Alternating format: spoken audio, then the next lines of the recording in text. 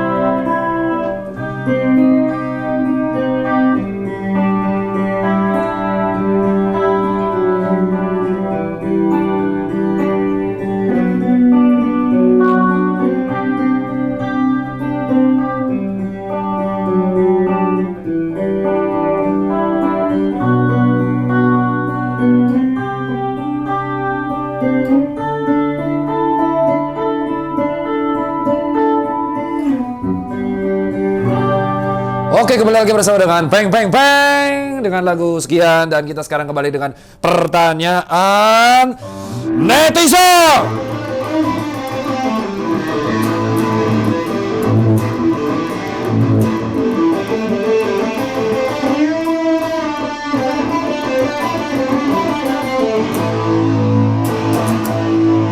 Pertanyaan penyamat, Cuk.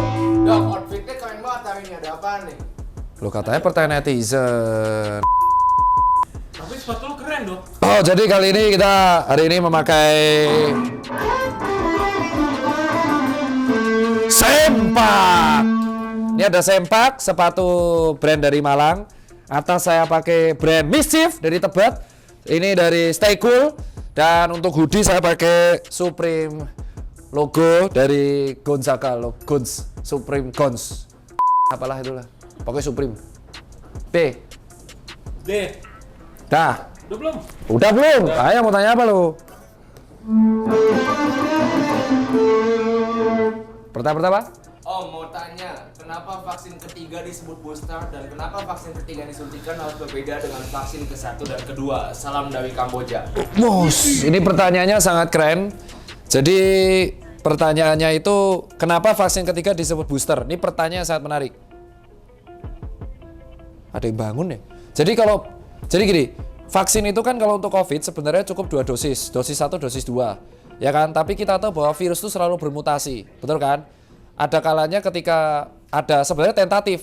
Ketika kekebalan kita sudah terbentuk, sebenarnya udah biasa-biasa aja, santai. Cuman ada beberapa alternatif supaya kita tuh antibodinya update. Kayak software, ibarat iOS. Kemarin kan update 15.1, 15.2. Dan kita bisa boleh download, boleh enggak.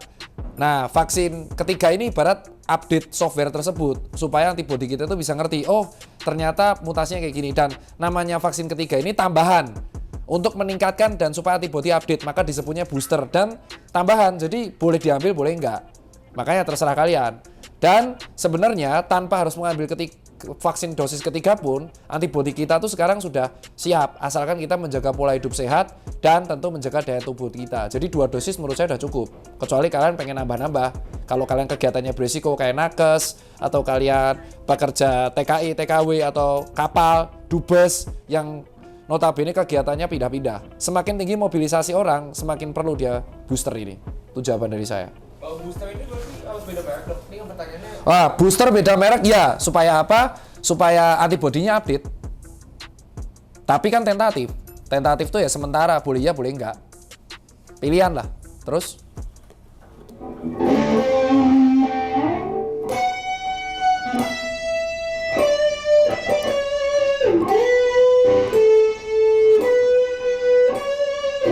yuk. Aku mau tanya, apa benar vanili bisa buat obat diabetes? Terima kasih. Vanili itu buat obat diabetes sebenarnya suplemen. Untuk obat diabetes adalah tentu obat-obat yang bisa mengontrol atau menambah insulin atau mengontrol kegiatan aktivitas gula darah di dalam tubuh. Tetapi yang paling penting adalah buat kalian yang diabetes mellitus, itu kalian harus diet rendah gula. Jadi memakan makanan atau minum-minuman yang bisa tidak menambah gula secara ekstrim. Nah, diet rendah gula itu intinya kita memakan gula dengan batas yang sangat minimum. Yang penting kebutuhan minimal tubuh terpenuhi sehingga tidak berlebihan dan gula darah tidak ekstrim naiknya. Maaf ya, ini ada palu-palu di bawah studio lagi ada pembangunan. Next.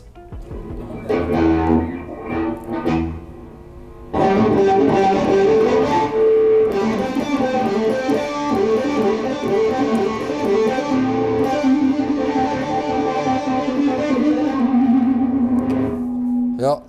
Dok, tolong jawab pertanyaanku. Semua karyawan di perusahaanku sudah hampir semua vaksin dan perusahaan juga mewajibkan seluruh vaksin.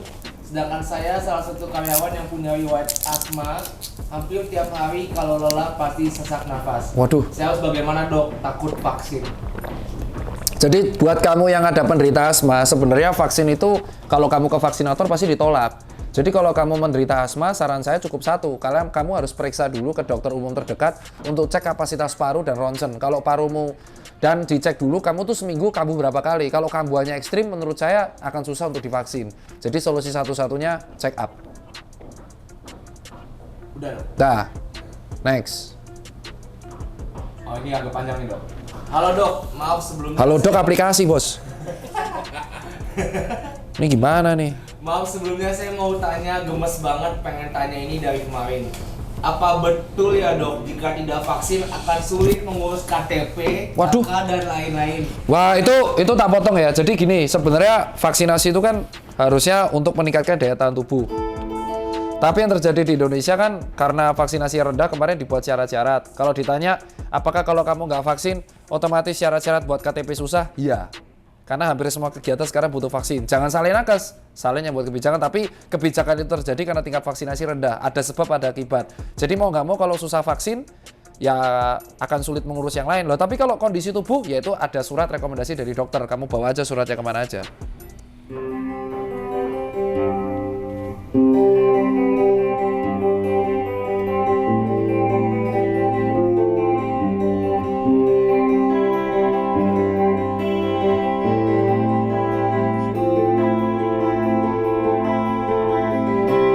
Yuk, next.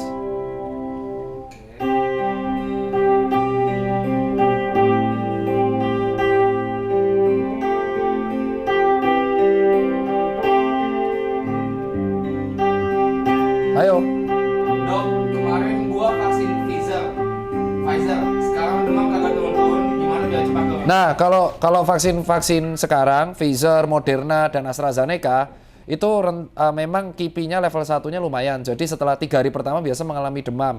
Nah, kalau demamnya di atas 38 derajat, kamu bisa minum paracetamol. Jangan ibuprofen, jangan asam mefat, cukup paracetamol. Dan kalau bisa ditahankan 24 jam setelahnya. Kalau udah terlanjur ya nggak apa-apa, tapi paracetamol aja. Tapi kalau selama 3 hari demam nggak turun, kamu langsung ke call center KIPI yang ada di surat vaksinmu.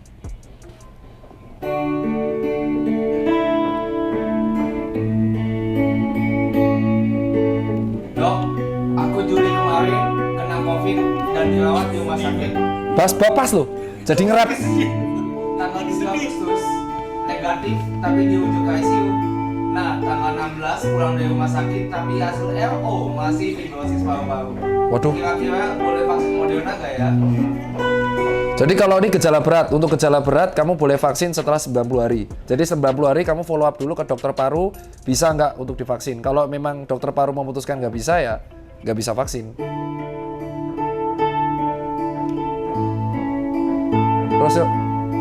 Mau nanya, setiap terbangun malam-malam itu selalu bersin-bersin. Bangun pagi juga bersin tapi meleleh ingusnya. Tapi menuju siang nggak bersin-bersin, Dok. Itu karena suhu di ruangan atau apa, Dok? Jadi kamu alergi dingin. Orang ini alergi dingin, ada bakat alergi dingin dan ada bakat asma. Jadi solusi satu-satunya kamu standby obat cetirizine untuk alergimu. Dok, kapan-kapan bahas dong kenapa cewek yang udah melahirkan dan pakai KB tubuhnya jadi gendut. Makasih dok. Jadi gini, kalau ada KB itu kan mempengaruhi sistem hormon. Nah, salah satu hormon yang dipengaruhi adalah estrogen dan progesteron. Kalau ketika KB dimasukkan, maka tubuh tuh taunya kita dalam posisi wah ada isinya. Maka akhirnya kita pengen makan dan penyerapan gula jadi lebih tinggi sehingga jadi gemuk. Maka pada rata-rata orang nggak mau pil KB rata-rata pakainya IUD. Dengarkan kan suaranya? Kita buat beat. Hilang.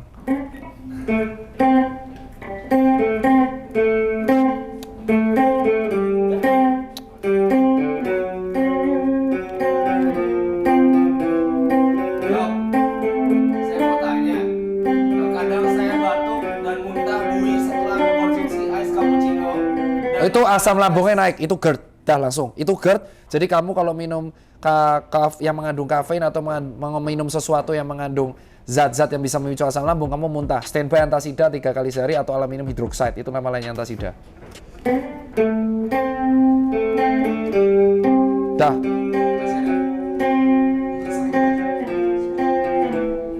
Dok, kalau memiliki orientasi seks berbeda itu bisa disembuhkan nggak? Orientasi seksual berbeda. Iya, itu bisa disembuhkan nggak? Jujur kalau orientasi seksual berbeda bisa gini, kita nggak bisa namanya sembuh apa enggak ya. Jadi LGBT atau orientasi seksual itu sangat-sangat sensitif. Jadi kalau mau ngobrol harus langsung sama dokter langsung.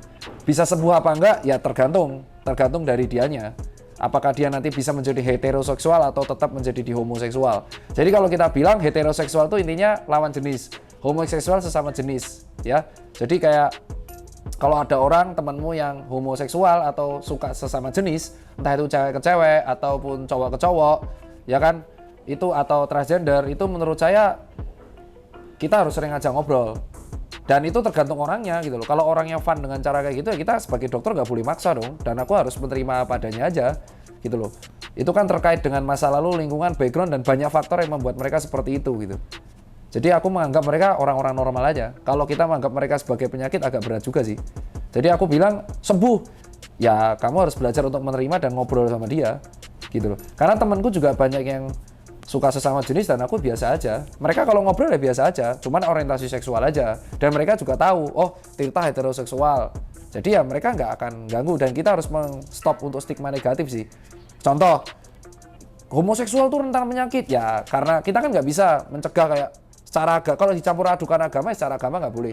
Tapi ya kita harus melihat oh homoseksual kan dari anal rata-rata. Berarti kita harus mencegah transmisi seksual dari anal. Berarti kita harus mengedepankan keamanan yaitu apa kondom gitu. Dan kita edukasi terus. Kalau aku seperti itu tindakannya. Jadi sebagai seorang dokter kita nggak bisa memandang LGBT sebagai wah kamu nggak normal. Ya banyak negara sudah menganggap itu sebagai normal gitu loh.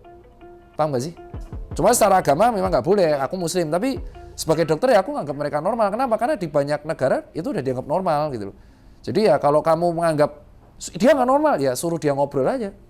Itu kan kita nggak bisa maksa. Misal gua homoseksual. Terus lu maksa gua gitu. Ya gua orientasinya sesama jenis mau gimana? Lu mau paksa sampai jedet ya nggak bisa. Yang ada malah stres sendiri. Itu sih. Jadi kalau menurut gua kita harus terbiasa dengan keadaan sekarang. Ya kalau dokter nggak bisa milih-milih pasien dong. Masa aku milih-milih? Gak boleh dong, melanggar etika. Itu sih kalau buat orang ini. Dok, ketika ada perkembangan baik untuk COVID di Indo, tapi kenapa kok kita masih harus swab PCR ketika perjalanannya khusus untuk menggunakan transportasi udara?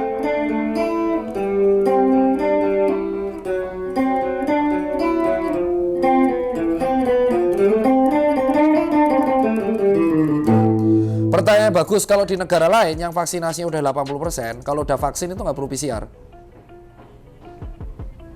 Kalau di Indonesia, jangan tanya gua lah. Tanya Kemenhubnya lah. Kalau di negara lain, itu pilihannya cuma 2. Kalau lu udah vaksin, lu nggak perlu PCR. Kalau lu belum PCR, kalau belum vaksin ya PCR. Ya gua nggak tahu aturan di Indonesia kayak apa, bos. Ya kayak gitu. Jangan tanya gua, tanya buat aturan. Hihi. Dan kalau kedatangan luar negeri untuk mencegah mutasi kita nggak tahu, memang harus nunggu 5-8 hari karena inkubasinya di situ. Yuk. Pertanyaan terakhir. Dokter, saya setelah sembuh COVID rambut saya berodol. Waduh. Yang awal yang panjang di Waduh. sekarang saat telinga dan lagi menipis. Sudah hampir 1 bulan ini, apa itu pertanda Waduh. ada penyakit lain karena COVID? Waduh.